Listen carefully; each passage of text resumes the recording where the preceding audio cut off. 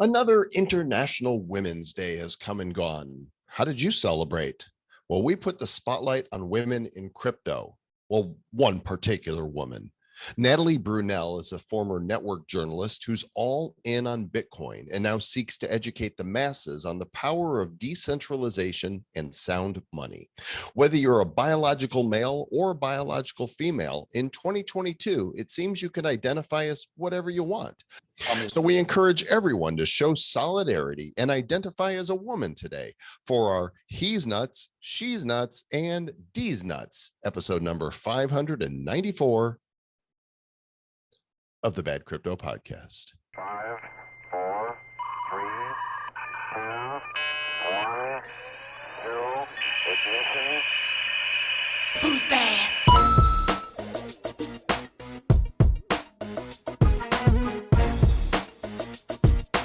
And welcome to the Bad Crypto Podcast, the show for the crypto curious and the crypto serious. I am Joel Comm, identifying as a woman today.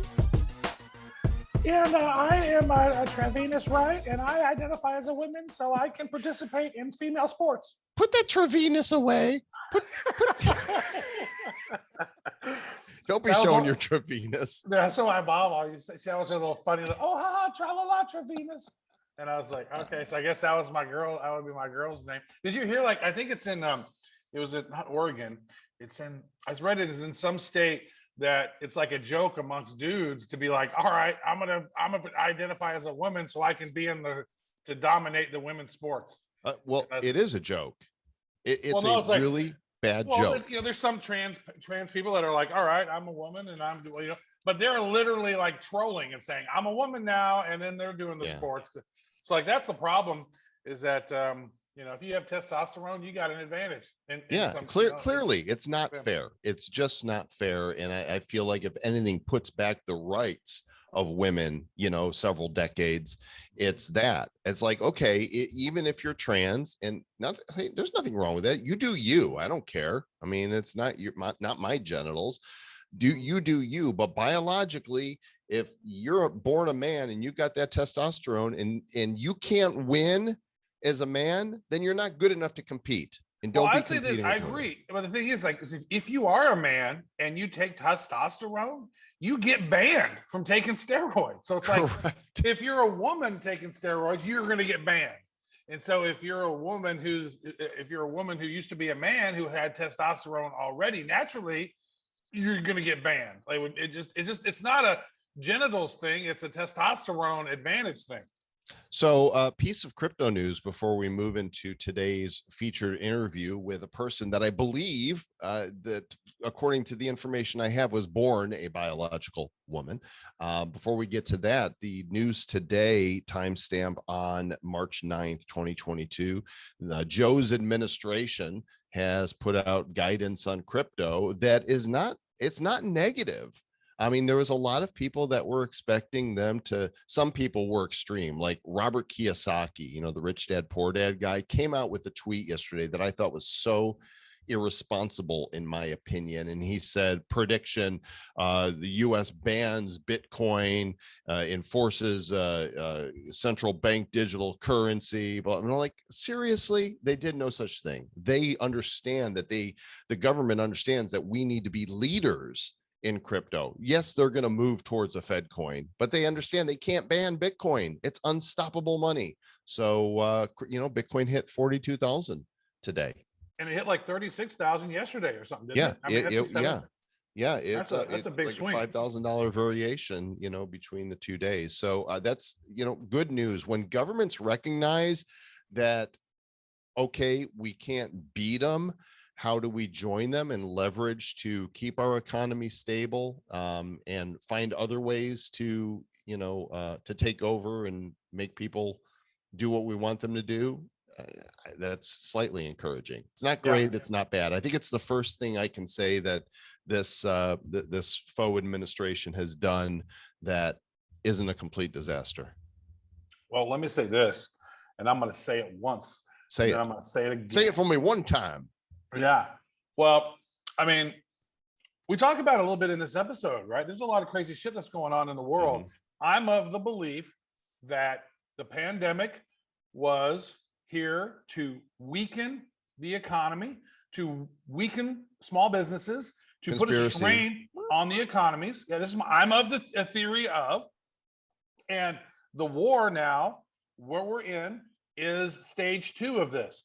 And they're moving us towards the collapsing of the economy, the traditional economy, to move in the central bank digital currencies, the CBDCs. They want to move into that because, look, they're canceling a country right now. Now, if they can cancel a country on the traditional financial system, how easy is it going to be to shut you off from your CBDCs? Mm-hmm. They can just say, you don't have any access to your money.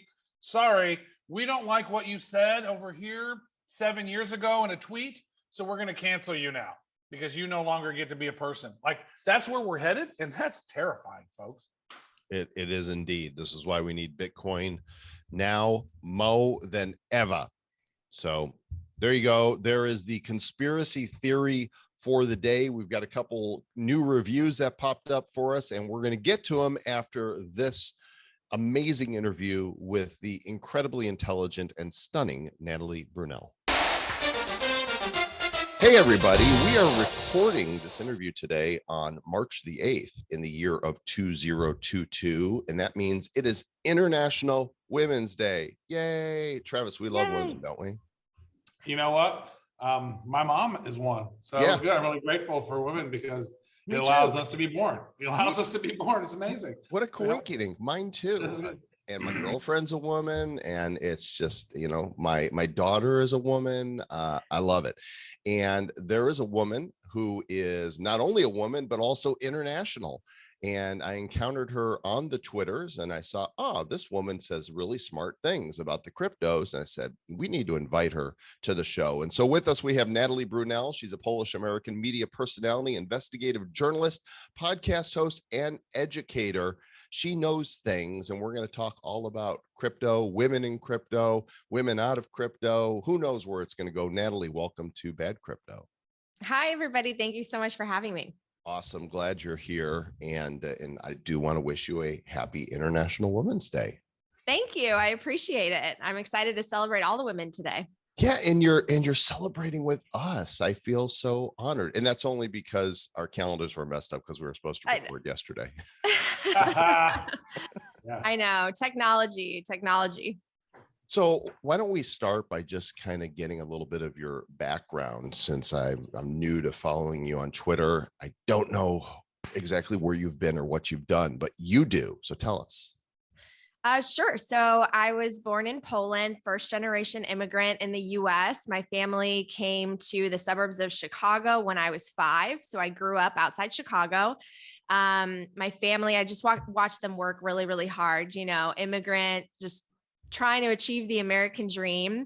And I always wanted to work in media ever since I was young, because we would watch a lot of news growing up, a lot of interview shows, and also a lot of just movies. We always had something on at night when we were having dinner and afterwards, because watching programs helped my parents learn English, because they were really starting over. And when they immigrated here, they didn't know English at all.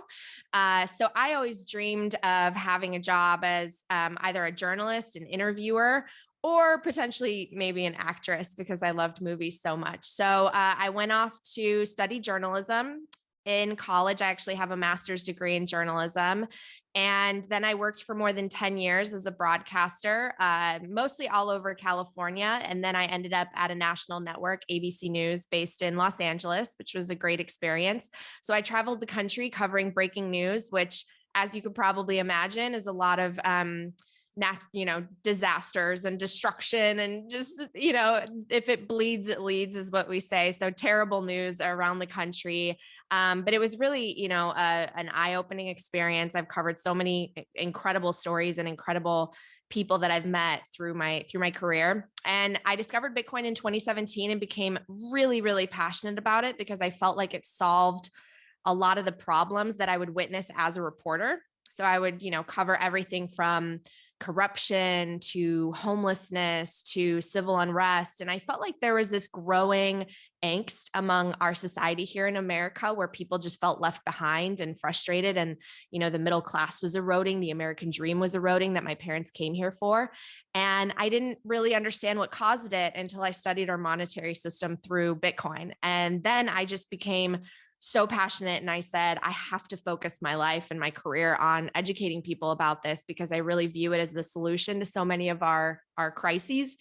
And then last year I left my journalism job to pursue being an independent, I don't know what you'd call me. I'm a podcast host, I'm a content creator, and I'm an educator in Bitcoin. And I've never been happier. We got in 2017 as well. I have a quick follow-up, Travis, before you ask your brilliant question. What suburb in Chicago were you in? Palatine. So I grew up in Northbrook and went to University of Illinois. So I know Palatine well. In fact, there used to be, when I was growing up, one of the last video game arcades we had out there where we used to go with our friends on Friday nights and put quarters in machines. Anyway, that's cool. Travis, go for it. You know what? I was actually going to hand it over to you. I was like, dude, I know he's from Chicago. Is he going to have to say something?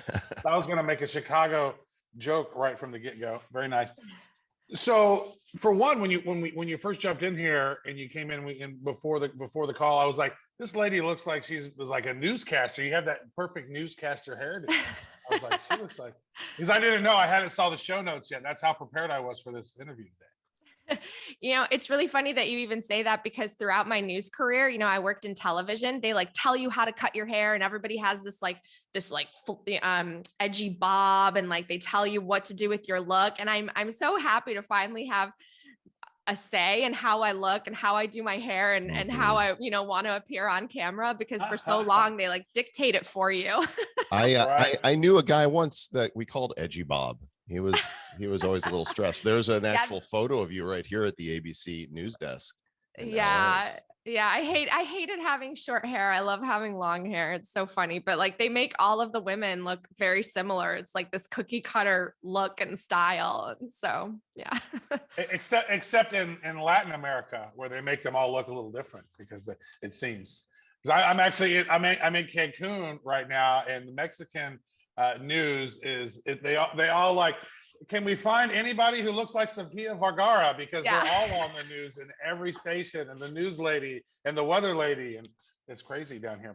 That's actually true. Yeah, because you can wear more revealing clothing depending on the market you live in. So if you go to Chicago and you turn on the news, everyone is kind of more buttoned up and has blazers on. The women are a little bit more conservative, but then come to LA and it's cocktail dresses on the newscast. So it's kind of funny. That is funny. So I want to know about this, because we talk a lot about, the media, mainstream media is owned by, it's sort of like the people who own the monetary system sort of own the media outlets, it seems like. And now that you're no longer in mainstream media, what are some instances or maybe some times that you've seen where the overarching, how they control the narrative so well? Is there many things you can talk about around that? Yeah, sure. I mean, I do believe that this topic is so nuanced because I've never experienced a situation in any of the networks where there was someone in a meeting saying, we're going to tell the story this way because this is what, the overlords or this is what the bosses believe. It was so much more ingrained. So there are biases. There just are. I mean, we all have biases, right? But within journalism, especially when I was studying, there's this focus and attention placed on making sure to strip those biases away and making sure to get, other sides, because at the end of the day, the audience is supposed to decide, right? You're just supposed to present the different arguments, present the different people and what they believe and think and what they experienced, and let the audience decide. And what I did see happen though, is for some reason over the last, I don't know, I would probably say around the time of the election when President Trump got elected and it was Hillary Clinton versus Trump, I felt like there was this angst and polarization that had developed and was kind of exacerbated by social media, where people could just thrust these opinions out there cloaked behind, the veil of being a digital presence that didn't have to say it in person to anybody. And I felt like all of a sudden there were sides, there were teams, and that for some reason, most networks started to report whatever the government said or whatever one side said as just fact. And before, I felt like there was always a sense of investigation, skepticism, critical thinking, kind of wanting to understand why someone said things the way they did. And fast forward to, 2020, whatever the CDC says, whatever the White House says, it's just like, this is fact. And so for me, it was kind of like, I grew up in a very skeptical household because I grew up with European parents who, I don't know, I just like, they were very well educated. They read a lot. They, they grew up in communism. So they didn't believe what the government said. And so they kind of reared me with that thinking of like, just because someone says it, or just because it's on a commercial, or just because the doctor is trying to prescribe you something doesn't mean that it's good for you, that it's right, that it's truthful, and to think and to question and really, think for myself and make my own opinions. And I saw that sort of dissipate throughout my career in journalism. And I felt like people wanted access to the politicians and just kind of became a mouthpiece for whatever the elected officials would say, as opposed to holding their feet to the fire, holding them accountable, asking questions, digging deeper. And that was really disappointing to me. And I truly believe that when it comes to the monetary system aspect that I became so passionate about, I don't think most journalists have bad intentions and are trying to drive necessarily a certain narrative. I think they're really uneducated. I think that financial literacy is at such a deficit in this country. And so people are spouting things and driving agendas that they don't understand, that it's like lost in translation. They don't understand economics because it wasn't taught to them. And so on that level, I have sympathy because I have colleagues who we have disagreements, and I know that they're passionate about, whatever side they're on. And I think that they sort of tell stories from that angle. But it's because they don't know any better. It's because they don't understand how broken the system is, how, the history of fiat, all that. So that's one of the reasons why I want to get out there and help teach people that, or help lead them to the resources so that they can teach themselves, because our system is so broken. And if people understood, more people would stop dividing themselves into red versus blue and just start looking like critically at how our money, like where it comes from, who defines its value, who gets it first, and maybe invest in something like Bitcoin, which nobody controls and manipulates. Have you ever considered running for office? I think that there was a period of time when I was a reporter and I was starting to become jaded that I did think about it, because I just felt so frustrated, and I would meet these politicians through my stories, and I just felt like it was just like such a feeling of, I'm talking to a car salesman. They're saying whatever it is they need to say to get elected. They care so much about money and where their campaign donations are coming from. And I think, I come from a religious background, and I think I have this like altruism that drives some of what I do, where I feel like if I was in office, I would not behave that way and I could not be corrupted. And I still believe that. It would put you to the test. That's for sure. Right. I imagine there's a good many people who have gone into politics with, that attitude that end up being part of the system. But I'm just, as listening to your message, it's very uniting. The media, I feel like Trump broke the media. There was already cracks in it, but he came in and he wasn't expected to win. He wasn't the golden girl that was, supposed to be the president, and he broke them. And now, trust in the media is at an all-time low. Trust in our politicians is extremely low. Now that you've been removed from it for a couple of years completely and are doing your own thing, is there a way to fix it, or is it irreparable at this point, because it seems so one-sided? Yeah. So I have a couple of opinions on that. Number one, I know that I probably online sound very Pollyanna-ish about a world under the Bitcoin standard, but I do think as as Bitcoin adoption grows and more people start to understand the system, that naturally that will unite and that will bring a little bit of more neutrality, or I don't know, critical thinking to journalism, because again, Bitcoin kind of forces you to learn some of these things about money and the intersection of finance and politics and technology. And so I hope through that education, we get a little bit less, I don't know, extremes in the bias that we see in media. But at the same time, you know, the business model is so difficult for news right now. Like when I was young, if I had had a crystal ball and someone was, you know, would tell me that the shows that I was watching, the appointment television that I was watching growing up of, you know, Barbara Walters interviews and news shows that used to get every eyeball right at night, 5:30, 6 o'clock at night, because you had no internet. If I knew that all of that was going to be kind of splintered off and it would be online personalities and people with specialties on YouTube channels and whatnot, I probably wouldn't have gone to journalism school, to be honest with you, because I took such a traditional path, and economically, it was not the best decision, because anchors, reporters, they used to make great money even on a local level, and they used to have one job. They would just go on camera and do the story. And then by the time I graduated and the internet came out and YouTube and, you know, so citizen journalism was starting to be a thing, I basically was making 1/5 of the salary doing 5 jobs in one. I was the writer, the producer, the editor, the sound person, running around going live by myself. I mean, if I had known that would change, I might have pursued something different. And so I guess what I mean to say is that some of what we see, I think, is just, you know, they're hungry for clicks, and we are natural voyeurs as human beings. You know, people would sometimes ask me or approach me when they heard I worked in news, saying like, why don't you guys report happy stuff? Like, why is it always depressing? I don't want to watch the news.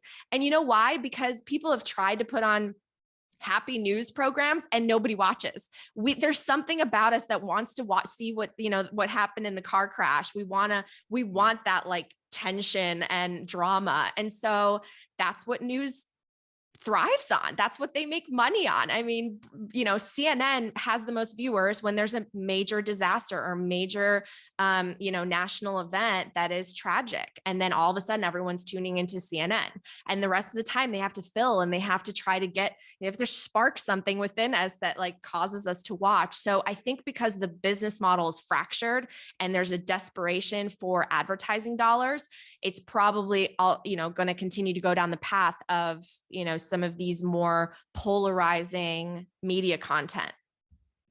Yeah, and it seems that is where some of the generation of the fake news comes from. Is, oh well, we got to drum up some excitement, we got to get anger, we got to get madness, like CNN now. You know, before the Ukraine Russian thing that's going on, is they're at all-time low ratings, right?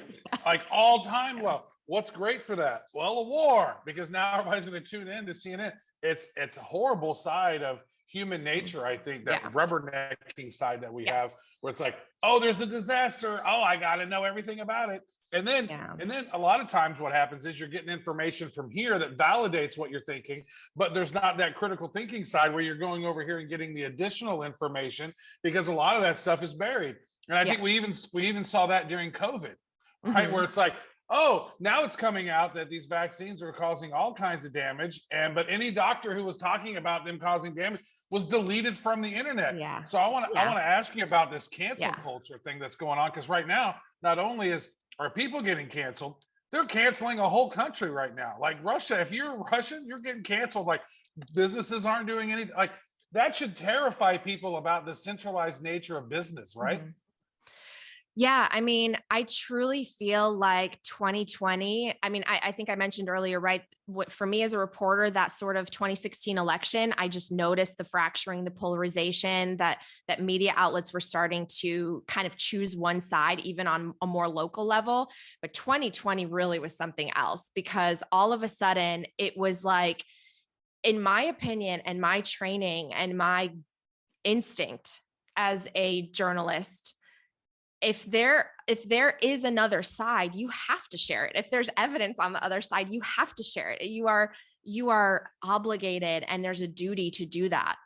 And what I felt like I saw is exactly what you mentioned. You know, if you were on the other side of the narrative of what the government said, and the information they put out, or the, whatever it was about the pandemic, you were literally, you couldn't even get a sound bite. Like I would see these, reporters coming out saying, I tried to do this story and I was blocked. I couldn't do it. I couldn't interview this person. I could only interview this person. And it's like, this is science. It's not like, it's a constant study. It's a constant theory that we're a hypothesis that we're, sort of venturing out, trying to prove to be right or wrong. I mean, no, that's not right, Natalie. You have to listen to Dr. Fauci. Trust the science.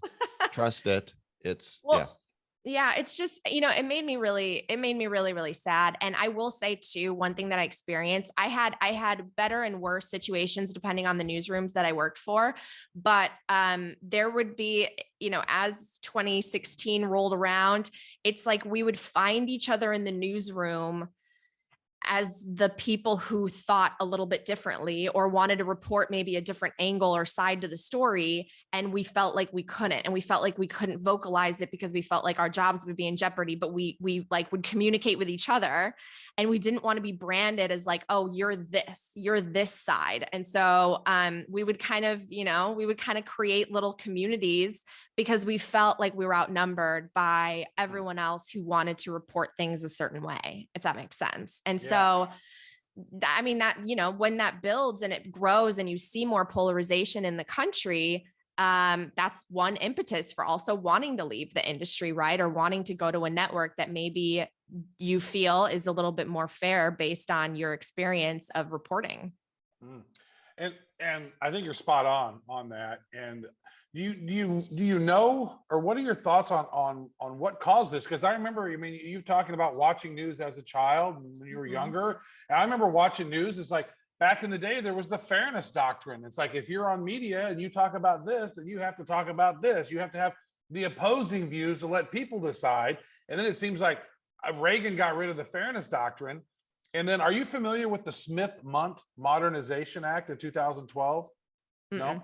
The Smith-Mundt Modernization Act was with the Department of Defense spending bill in 2012, and basically what it is, it says that the media no longer had to tell the exact truth; they could actually give government propaganda legally. And once that happened in 2012, I noticed the media and the news changed because they were no longer beholden to the truth; they were beholden to whatever narratives we could have. So since 2012. Mainstream media, it has been able to legally do fake news. Do research on the Smith-Mundt. It's MUNDT, Smith-Mundt Modernization. Okay. Fascinating. It'll blow your mind. You're like, what? I can't even believe that this passed, and how they got this through, because this enabled them to completely shift narratives at will. Wow. Okay. Well, I'll definitely look into that. It really does make me sad that we have such polarization, because there aren't a lot of media outlets that you could go to where you feel like, oh, that person isn't completely one side or another, right? I can't totally fully just categorize them. And that's why I actually respect people like Joe Rogan, because I feel like Joe Rogan's actually very just logical, rational, centrist, doesn't have a dog in the fight, and wants to hear both sides and wants to question them, even if that challenges the mainstream narrative. And people just attack him, label him, like put him in this bucket, want to defund him. And it's like, wow, it's really sad that we got to this point. Yeah, we've made a bunch of very insecure, intolerant crybabies in our society now, and they're a small vocal minority. Most people don't think like that, but you make noise and you get attention. Speaking of making noise, you don't seem like the type of person that would dish on somebody, but I am curious, what do you think of Randy Zuckerberg's "We're All Gonna Make It" video? I had a reporter reach out to me and ask, what do you think of her stealing your song, because we released a version a few weeks ago that didn't get attention, and she got attacked a lot, she got supported. What do you think? Is this good or bad for bringing people to crypto? So I don't know anything about the video, but I've actually had the chance to meet and interview Randy, and she is such a nice person. She's such a caring mom. I think she has such great intentions with wanting to educate women and bring people into the space. So I'm actually a fan of hers. I think she's cool. I don't know anything about the background of this music video, but I like to judge people by how my interactions have been with them, and my interaction with her was very, very positive. So. I think She's she's better the than her coolest of brother. the. Oh wait, I've met her too.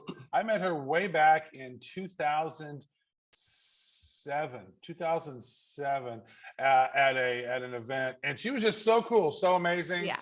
The way, and I've met Mark twice, and Mark is truly like a robot. It's really weird. I don't know. I haven't met Mark. But yeah, and Randy's actually been in Bitcoin. Like she's been accepting Bitcoin for speaking engagements for many, many years. So I just think it's really cool that, she's really in it. She really believes in it and wants to educate, people. I obviously am not in the altcoins. So that I sometimes, whenever anyone is in the altcoins, I'm like, okay, don't talk to me about them because I'm the wrong person. Wait, are you a maximalist?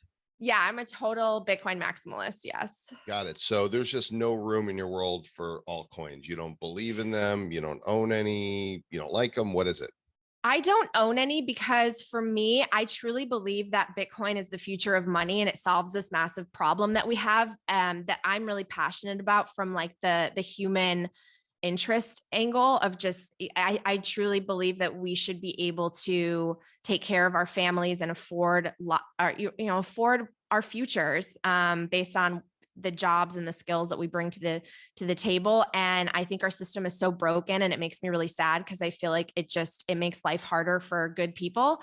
And the other altcoins I see as essentially kind of like stocks and securities, and basically, some will succeed, some won't, some will make great gains, some will go to zero. And I don't want to spend my time venturing guesses on these projects that to me are a little bit more centralized and they're not money to me, if that makes sense. Like I'm passionate about fixing the money and not about speculating or investing or trading things that will go up and down, but to me have nothing to do with Bitcoin at the end of the day.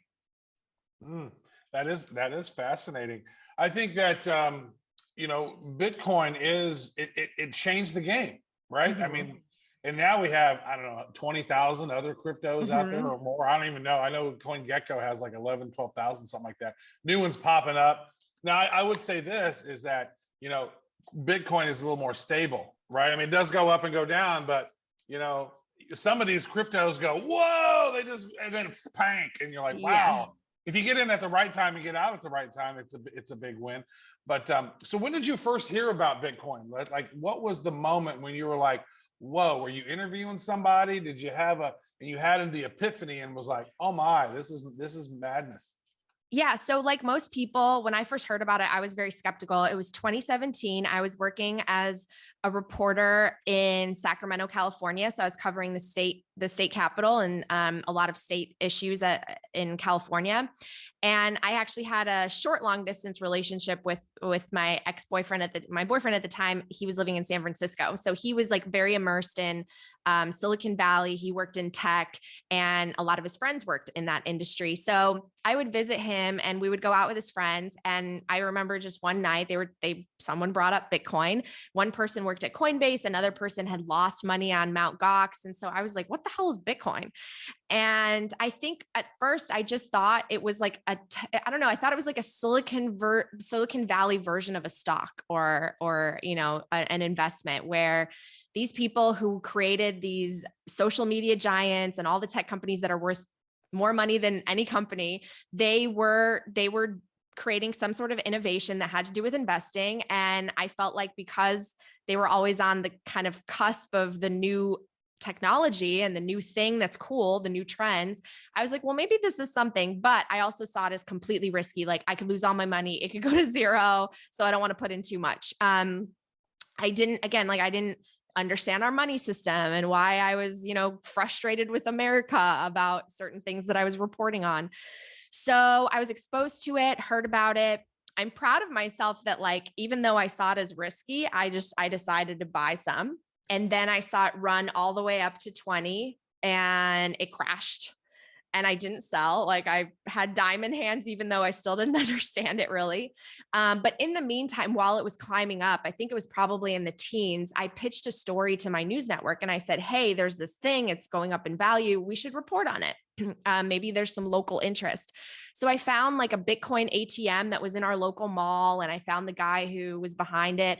And I did a story, but I just remember there was kind of pushback, like they felt like I was reporting on something that was completely speculative, totally risky, gambling, like potentially, could affect our viewers financially in a bad way. So it was like a one and done. Like I did one Bitcoin story. And then I remember I kept the Bitcoin, but it took me until about 2019 where I told a mentor that I've had for a long time that I bought Bitcoin. And he was like, what the hell's Bitcoin? And so he went on Amazon and bought the Bitcoin Standard, and he read it, and he comes back to me and he's like, Natalie, like, do you even know what you just bought? You have to read this book. It's going to change your life. This is the future. You have to read this book. And I just kept putting it off, because to me, I thought I was about to be reading a book about like coding and computer science and like software development or something. And I was like, this is so boring. Like, why would I don't want to learn about this. Like I have some, like, leave me alone. And then when I finally read it, finally picked it up, like I'm such a dumbass. Like I should have, I should have read it before I could have a lot more Bitcoin.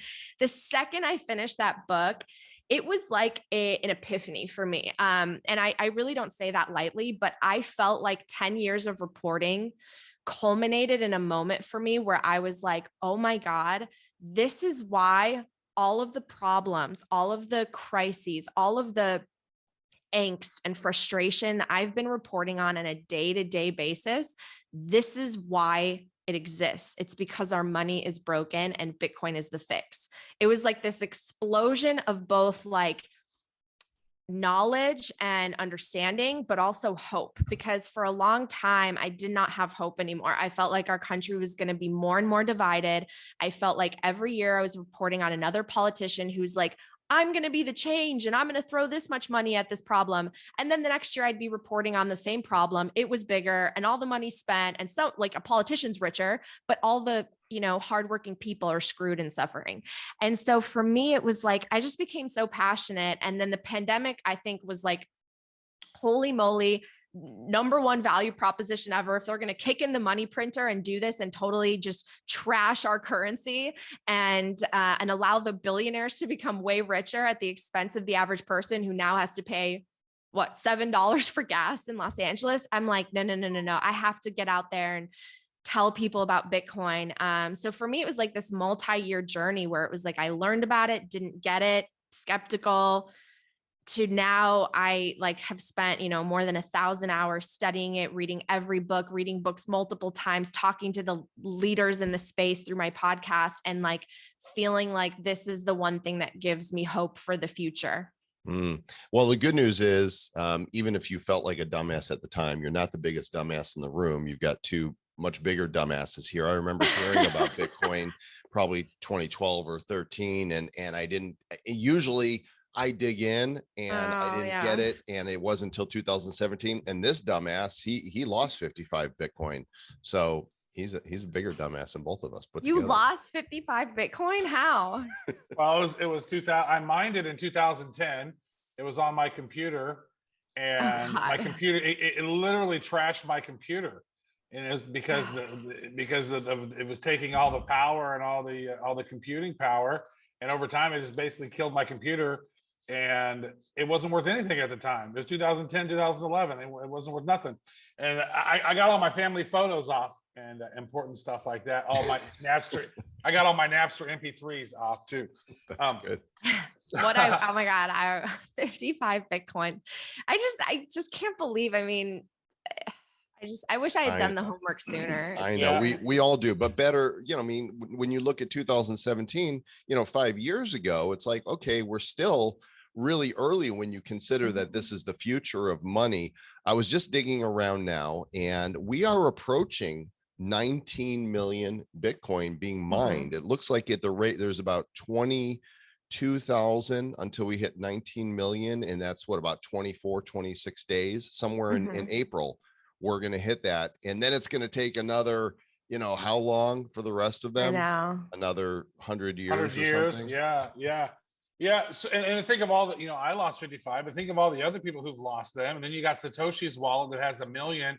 And then, so if you figure maybe there's 4 million lost, there's 2 million that aren't in existence yet. And so there's really 15 million Bitcoin probably around that are accessed. Hey, did you and hear how this, many, guy? Travis, are in super strong hands, right? That they're not selling no matter They're what. not selling. It's so true. Did you guys hear this? Yesterday, Coinbase announced that they have frozen over 25,000 Russian wallets.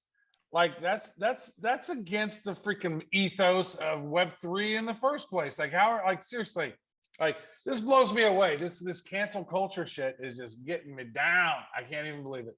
I think it's going to ruin Coinbase reputation. Like, who's going to trust Coinbase? They're going to just shut off your wallet. Well, I have a couple questions around that, because they claimed that these wallets are associated with illicit activity. So my question is, like, what activity and how did they come to that conclusion? And number two, I said this on the news when I did a hit yesterday. I truly believe that when companies do this to individuals, or to, they politicize their products and basically say, well, we're shutting down, Visa rails now in Russia. Do you think that really hurts Putin? Like, are you really getting at the core of your mission here by making this political statement? It's like, that's going to hurt average people who I know people in Russia, there's so much poverty. There's so much struggle. People are terrified of Putin. They don't want this war. And now they can't go to the grocery store and use their credit card. I mean, just because it looks nice in a headline or in a press release doesn't mean that it's good for, the majority of people, for the public good. And I just think that kind of signaling, it's like the virtue signaling of some folks out there today, where you feel better just because you post a flag or something. Well, it'd be better if instead of posting that flag, you actually maybe sent through your Bitcoin wallet money to someone, who's fleeing the country and trying to get away and rescue their family. It just, sometimes I think we just do so much for the gram or for the public, praise, and not for actually because our hearts are connected and we want to help other people. So yeah, sad. You're right. It's not going to hurt Putin. He's going to eat well tonight, and he's going to sleep well. But the people of Russia, who aren't supporting war, they're the ones that are going to get hit by the sanctions. So he didn't give a crap about the people before. Why is he going to give a crap about them now? Right. And all of it, at the end of the day, it's going to push him toward a system that's outside of our traditional one. Right. And so if America wants to maintain the power of the traditional system and the power of the global reserve currency and the petrodollar and all that, well, they're leading him down a different path, and they're backing him into a corner to basically opt out and create his own system or venture onto a different one that exists. And so, that's what they're doing. That's what they're doing. Yeah. They shut down Visa and MasterCard, and now they're partnering with Union Pay in China to create.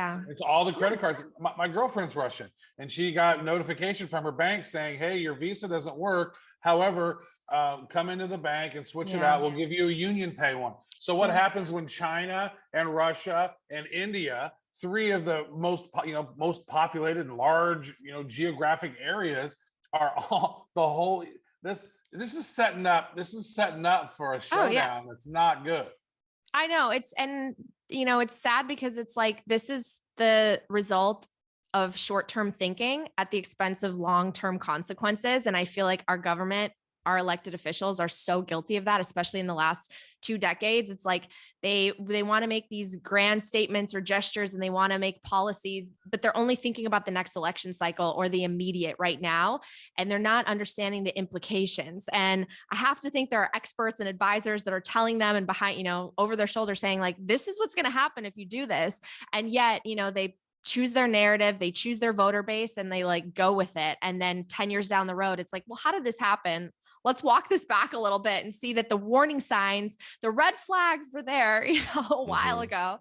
So, it's sad. And again, it just all comes back to, if people were just more educated, and I don't know how you fix the system at such like a core level of, basic economic and monetary education within our schools, so that our elected officials come in with some base knowledge of how this all works, maybe this would change. But I don't know how you fix the system at this point when it's so broken. But don't you have, I mean, the politicians and the powers that be thrive on an uneducated or misinformed population. So they're not going to be the ones to fix it. It's going to be we, the people, that, vote out these people that are trying to control the system. That's the only way in. Now, you live in California, right?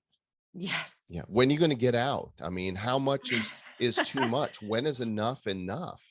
That's a great question. I mean, I will say that there was a point in my life where all I dreamt about was coming back to LA. It's one of the reasons why I ended up in the LA ABC bureau, because I was kind of stubborn. I was like, LA is my goal. I want to end up working in LA. I had come out here for college. And it's really sad because over the 15 years that I was here sort of on and off for various jobs, I really saw it transform. Because you know how sometimes like when you're in it, like you don't see the changes, you have to leave and then come back. Kind of like how like you don't necessarily notice if you're putting on weight, but then if you don't see a picture of yourself for a while, then all of a sudden you're like, oh shoot.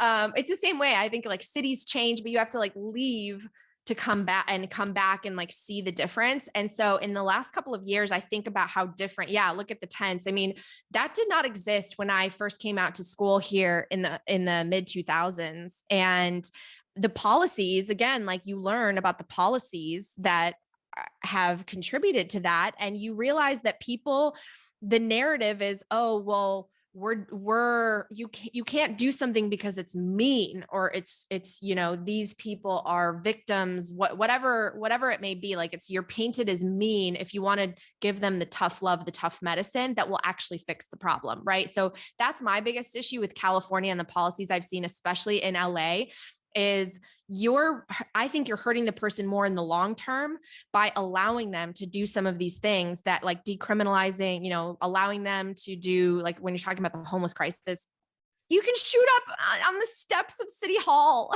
Like nothing happens to you. And you're fed 9 meals a day and given your free tent, and you can do all the drugs you want. And it's like, what is the incentive for that person to get out of that? And I'm not saying that putting them in jail is the solution, because that, they put them in jail, they release them 3 days later. But like you're thinking about the short term, decriminalizing things and just allowing everything to be okay, drugs, whatever. And now we have a ballooning crisis that's impacting the quality of life for everyone. And now how are you going to pull those people out? It's like, I just get frustrated about that, because California, I got to say, probably the most beautiful state in our country. You have different like seasons within driving distance, right? You could go from the snow to the beach to the desert. It's beautiful here. It's such a beautiful place. And we're destroying the cities one by one. I think Joel mentioned this in a previous conversation about microwave mentality. It's like we have such a short-term outlook, as you mentioned there. And it's like, so I was a key opinion leader for Huawei, which is a Chinese company, a phone maker. And they were talking about how China has a 500-year plan for its country, right? And so they're thinking of stuff in a 500-year deal. Russia has like a 100-year plan. They're planning for long-term. America has maybe a 4-year plan, but really it's not a 4-year plan. It's a 3-year plan, but then it's actually not, because they have midterms. And so it's really like we have no plan. And, and every corporation is thinking in 3-month, sprints, because they got to get their quarterly earnings. It's how do we appease the investors? How do we appease, the bankers? And how do we, it's unbelievable how you're spot on. There's no foresight. They're not thinking long term. And as a result, we get in this situation where here we are, $7 gas. Well, you know what? It's like it's just, there's so much going on right now. It's just so crazy to think about it all. It's like you kind of juggling all the thoughts and like, oh my God, like we're in one of the strangest times in history right now, folks.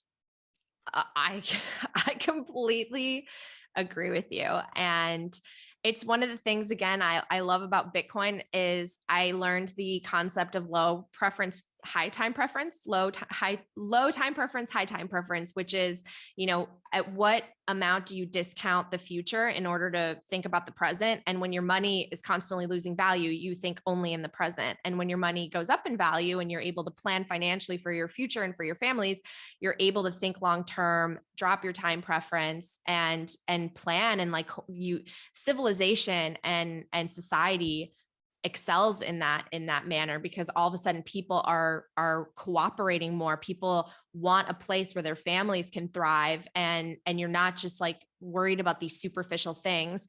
And then obviously we have social media that like feeds on the high time preference, the like immediate behavior, that like instant gratification and these sort of voyeuristic tendencies that we have. So I love the idea of having a financial system that's based on value and supply and demand and price signals and just really truth. At the end of the day, truth. Like everything's so manipulated in this system that I compare our economy to an airplane that's flying without an altimeter. We're about to crash into a mountain and we have no idea, because we're told inflation's good, like we're told all of these opposite signals. We're told, yeah, we want to fix the wealth inequality, but yet we're money printing and disproportionately allocating the capital to the rich people at the expense of everyone else. And we're allowing them to privatize their gains, socialize their life. It's just like, it's so backwards and messed up. And there's something that could fix it through technology. And it's like, everybody should learn about it. Everybody needs to understand.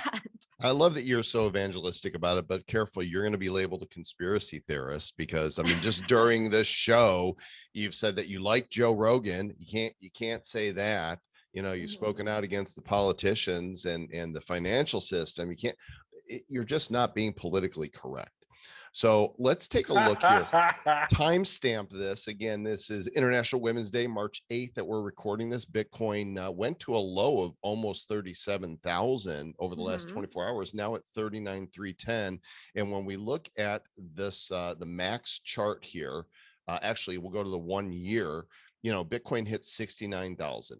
And it's been the contention of myself, I think Travis as well, that we have not yet seen the blow off top for this particular run. That we've had bearish moments, but I don't think we've entered into a bear market, and that the best is yet to come on this run before we go full bear. What do you think?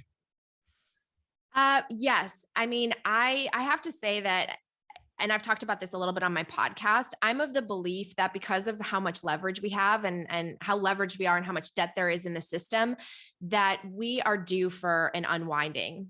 And I think that the politicians and the way that our system is structured with the bond market, I think that they're trying to prevent that at all costs, right? The house of cards can't fall. But at some point, you really can't anymore, because it's such a sham and we're so insolvent. And so I just think at some point it has to reset, and it will. And I believe that there will be a deflationary bust that they can't just like swoop in and fix, before it hits a certain percentage level of a drop. And so I believe that Bitcoin will crash with that, just like it did in March 2020. And, the one thing about Bitcoin, because it's so young, it's really only ever existed in a QE environment, in a liquidity environment, because we've been pumping in money into the system since the financial crisis. And that's essentially when, Bitcoin was born. So in the event of a deflationary bust, what happens? Well, Bitcoin, equities, I think all of it falls. And because Bitcoin's new and not a lot of people necessarily understand it or trust it as much as other assets, and there aren't a lot of avenues for traditional, institutions to invest in it, I think it will, crash at the expense of things like maybe gold surging in a bust. But that being said, I think after that, after we shake out this horrifying mess of a system, I think at that point, it's like clear skies and a runway that has an infinite possibility for Bitcoin, because it's, again, the one thing that isn't under anyone's control, can't be devalued, is disinflationary, has all these amazing qualities, is backed up by this powerful network. And I think at that point it goes, parabolic hockey stick. The question for me is, does that bust bring it down to 50? Because we've already reached 100,000 at that point. Does it bring it down? Do we chop along and we have a bust and it dips down again to, I don't know, 10? I don't know how low, because I don't know when this bust will happen. I'm just saying my belief based on our macroeconomic situation, is that we're going to have an unwinding and Bitcoin will fall to ultimately climb to ridiculous highs. I love it. Let's hope that happens. Actually, you mentioned gold. Today, gold hit an all-time high at $20,071. It's at the all-time high for gold. And you know what? And really, I mean, with the manipulation of gold and silver and paper money, I mean, really, it should be way higher than that. But there's more manipulation in the money system. Look at this, guys, that if you look here at the all-time highs, 11, 13, 17 on this chart that I've got here. Yeah. Bitcoin has never fallen back to a previous all-time high. So there are those who are calling for Bitcoin to hit 20 again, but it's never gotten close any other time to hitting those levels. So, but I mean, in the 2020 crash, it went down to like 3K, didn't it? 2020, this is up till when? This is 2022 right here. 2020. Yeah. So 2020, it hit like 3,000 for the pandemic crash. Yeah. Which would have been right around. Yeah, but that hadn't. Here. But that wasn't. It wasn't in the halving. It hadn't passed 20,000 yet. It didn't go up and beyond it, bust through that. It did. It crashed. It tanked bad. That was scary. That was bad. I cried a little. I would love for Bitcoin to be temporarily $3,000 just for a day. Sir Lord Travis, I'm going to leave the last question to you, good sir. Right. So let's look at it like this. So where do you think things are headed right now? I mean, you've been in politics, you've covered news, you've covered a lot of different things. Here's what we see going on, right? All these sanctions against Russia. Russia is now giving sanctions back to everybody else and saying, okay, well, we're just not going to give you gas.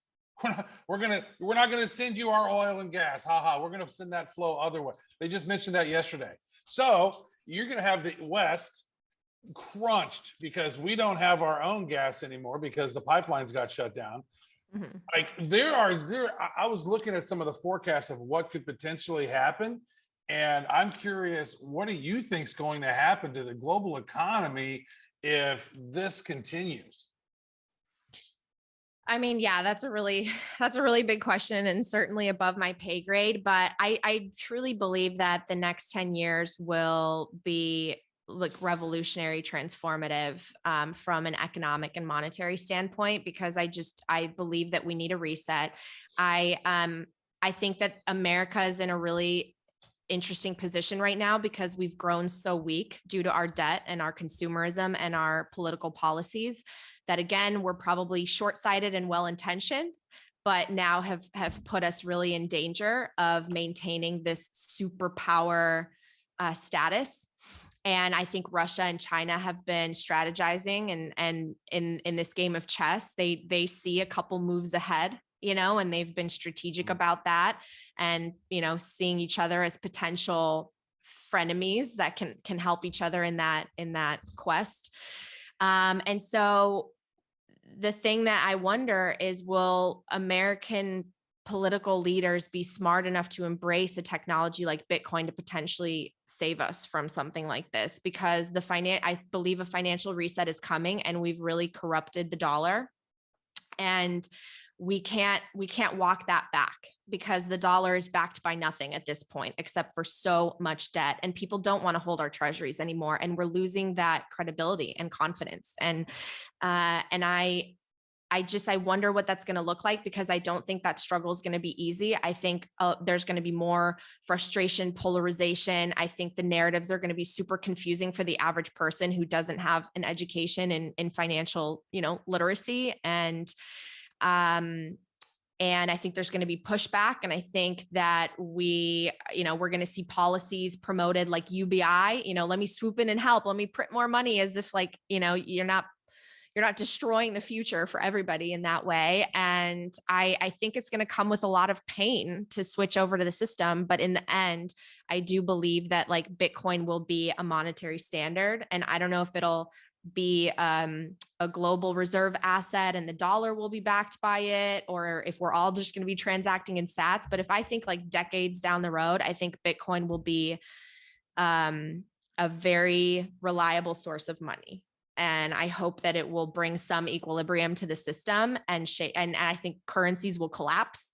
But right now, America's in like a position where they need to make the right decisions because the dollar it's not going to be trusted in 2-3 decades from now if we keep going the way we're going. But they're just going to push the central bank digital currencies, right? Because they still want to control the money supply. And so Bitcoin is a threat to all of these powers. But you are a spreader of optimism and hope. And I appreciate that, Natalie. Where can people tune in to your shows and follow you? Yeah, well, thank you so much. You got to be optimistic. You got to have hope. Otherwise, life is pretty dismal, right? So it could always be worse. It's about perspective. I am very grateful to be doing what I'm doing. My show is called Coin Stories. You can find it on YouTube, Apple Podcasts, Google Play, Spotify, and I'm on Twitter, very active on Twitter at Nat Brunell. That'll be a good place for the edit right there. Do you do any impressions? Do I do impressions? No, not really. I wish I was good I like impressions, but I don't know anyone. How about a funny joke? A funny joke? Yeah. Okay. What if soy milk is just regular milk introducing itself in Spanish? Yo soy. Nice. That's all it's saying. Very good. You crack yourself up. I love that. I don't know why that was the first one that came to mind, but yeah. That's not bad. How many psychiatrists does it take to change a light bulb? I don't know. One, but the light bulb has to want to change. Yes. Your turn, Trav. Where's your joke? I have no jokes. And he's the stand-up guy. Now he's sitting down. I don't have story jokes. I don't like to tell a joke. It's just more of a bit here and there. But I want to tell you, it was so awesome to interview you and connect. You are brilliant. We love what you're doing. And, thank you. I really appreciate it. And thank you, Natalie, for your great content. We encourage everybody to go follow Nat Brunell on the Twitters, and she is worthy of listening to. Smart woman. Yeah. Did she follow you back on the Twitters? I don't know if she did or not. She did not follow me back. I'm actually on Twitter. So I'm shadow banned. There's no question about it. I go to the tools that say, "Are you shadow banned?" and they say no. But when I've got 650,000 followers, and when I tweet, I hardly get engagement. Like a handful of people reply to me. Right. It doesn't make any sense. So I have started a second Twitter account, Real Joel Comm. It's not a fake account. I started it. I don't know how much I'm going to mess with it, but I'm curious to see on this new account how much engagement I get from having, under 1,000 followers versus this other, because Twitter sucks. The censorship is really a horrible thing. Couple reviews though, Travis. One of them from Ice Petro. And he wrote us a 1-star review, says, "Stick to crypto. Click and clack have gone downhill." Which is which? Am I click or are you click? I think I'm clack, I guess. Clack. Okay, I'll be click. You'll be clack. Click because you're Joe Comm and you click and you're a dick. And so I'm not a dick. Quack. That's not true. People they're not like that. Joel Comm's a dick. Maybe they're not. Maybe they do. I don't know. I don't really. That's care. why you're shadow banned. They shadow banned you, dick. No, I know why I was shadow banned, but that's a whole different story. So I'm going to say this to Ice Petro, who wrote the review: stick to anything else, because you don't know how to write reviews. Your review sucks. I give your review 1 star, Ice Petro.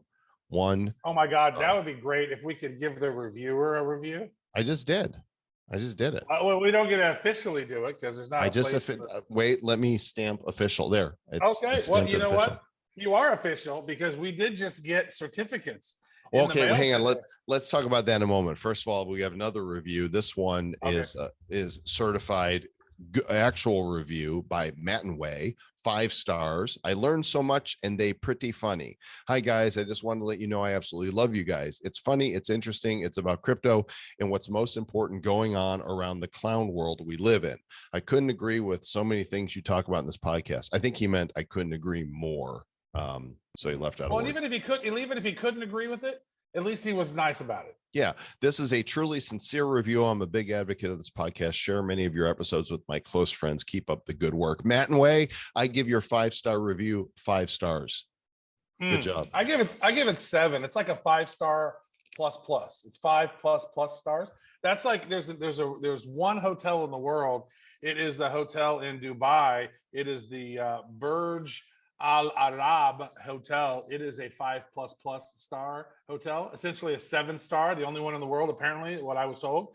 And that review right there was a 5++. There you go.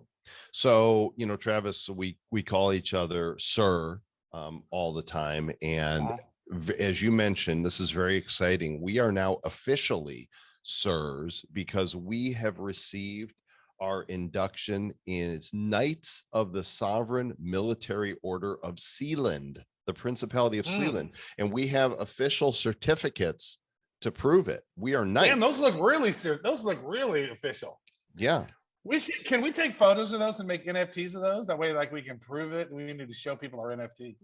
Yeah, and just like you get yours, I get mine. Like, we don't distribute them. Yeah, we don't distribute them, but people can see it. That's what I mean. Yeah, I think that's a great idea. So congratulations, Sir Lord Travis Wainwright. You are now a Knight of the Sovereign Military Order of Sealand with the seal of Prince Regent Michael of Sealand on here, and his signature. So it's kind of a big deal for those who like things that aren't a big deal. And congratulations to you, Joel Douglas Comm. Yeah, Sir Joel Douglas. Sir Lord Joel Douglas Comm, Reverend, High Almighty. Yes. Bruce. Oh my. Thanks for listening, everybody. We appreciate you being part of this community. Lots of exciting things happening in the background, and we'll have some announcements coming your way soon that we'll be able to reveal some of those exciting things. And we catch you on the next episode. So from our, I guess we can't have a round table because you need more knights for around a round table. We wouldn't have a square table because you need 4 people. You can't have a triangle. It's just a rectangle. It's okay. We can have a rectangle because we can just each sit on one side of it. Who's on the other sides? There's room for 2 more. Well, no, there's 2 more. But I think let's just have a line table. It's just a line. That's all it is. Because it's. Well, there could be other sirs. Like there should be a Sir Jimmy. Like there could be like that. Then it could be. Well, there's Lady Erin. Is she gonna be a? What is it when they're a sir? What's the female equivalent of sir? Because Lord and Lady, it's ma'am. Well, thanks for tuning in, everyone. And as always, stay clack. Clicky. Clicky, clacky. And bad. Stay bad.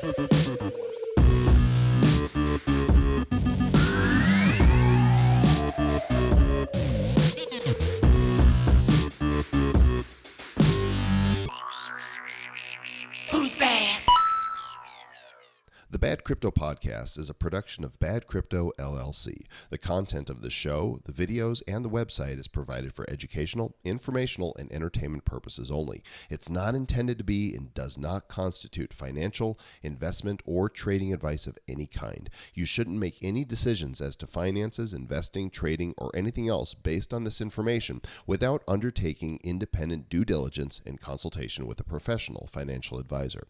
Please understand that the trading of Bitcoins and alternative cryptocurrencies have potential risks involved. Anyone wishing to invest in any of the currencies or tokens mentioned on this podcast should first seek their own independent professional financial advisor.